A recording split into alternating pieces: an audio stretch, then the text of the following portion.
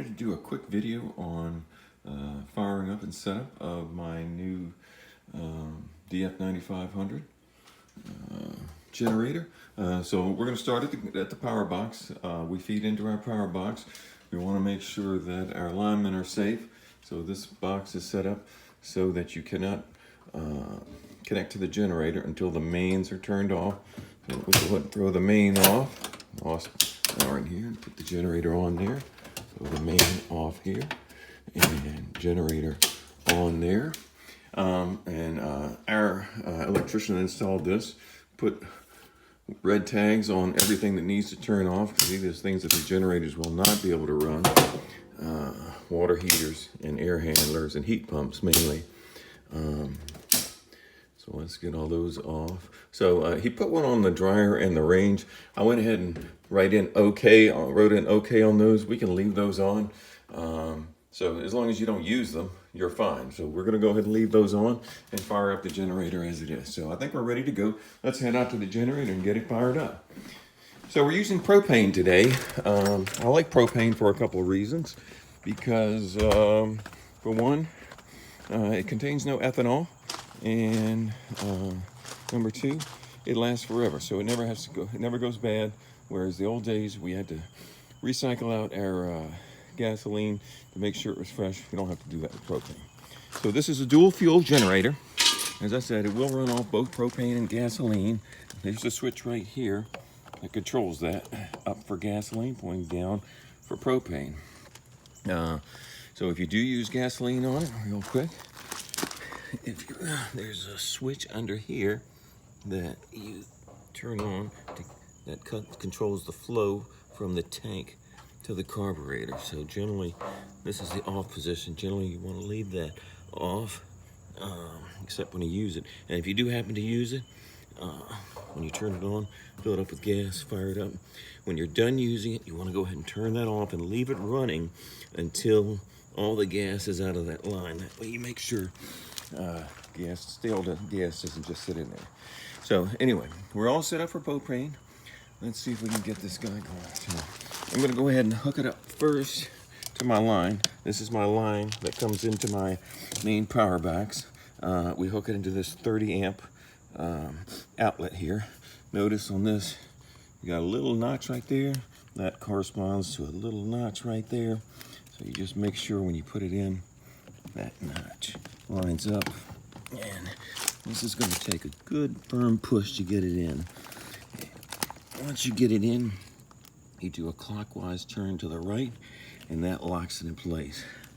So that's all ready to go. Now let's go ahead and hook up the propane. Propane goes down here. You remove this little plastic. So this hose came with the generator. My only complaint is it's a little bit short. I wish it was a little longer. But it is what it is. This screw goes in. It's a little bit kludgy getting it lined up just right, because it's a gas line. It's very picky. It has to be just right to get in there. It does not want to go for me today. Sometimes you just got to back it up and start all over.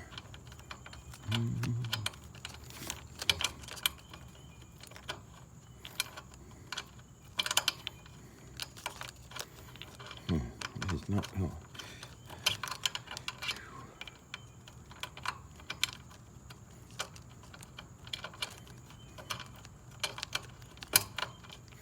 I promise you, it really does work. It's just a matter of lining it up just right. I think the fact that it's a gas line, it has to be just right. So, finger tight on that. You don't need to use pliers or anything. In fact, you don't want to over tighten it. You might mess the threads up. So, in both of these connections, we're going to hook up to the tank here. Same way. This one definitely goes on easier. Finger tight. And you're good to go. Go ahead and turn your propane tank on. That's going to be a counterclockwise turn. And you should have gas flowing to the generator. So we're ready to start it up. A couple things you want to look at and make sure it's ready to go. So this main breaker needs to be in the up position. These are breakers for the individual outlets. If they are popped out, they need to be pushed back in. Our switch here needs to be in the run position. When you turn it on, it indicates that you do have a battery. So this will start with either a battery or you can pull it to start it. So I'm going to go ahead and start it. It's going to be a little bit loud, so I won't be able to talk while it's on, but just to let you know, once it gets started, this is a start-stop. You can either stop it with this or just throw that down to the stop thing.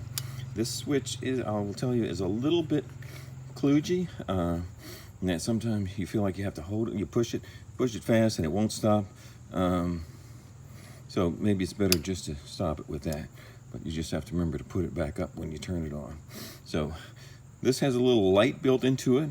Once you see it start to flash green, then it's good to go. It's gonna start itself. So let's go ahead and try.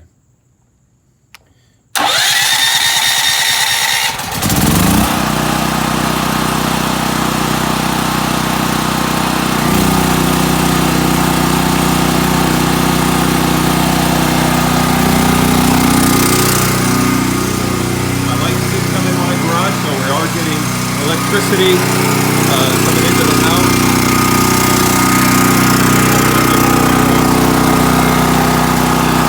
Try to turn it off with the switch.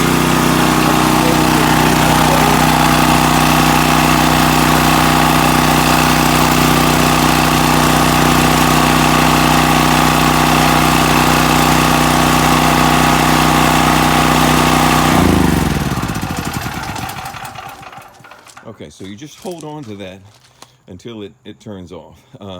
There is a remote that comes with this. You can start it and stop it with that. It's a little bit funny, same way it works, but again, sometimes you just have to play with it. So, say for example now, let's say that the battery is dead. You try to start it and it won't turn over. Same startup procedure. Make sure this is in the run position, breaker up, all the breakers on, and you just give this thing a pull, and it should start right up.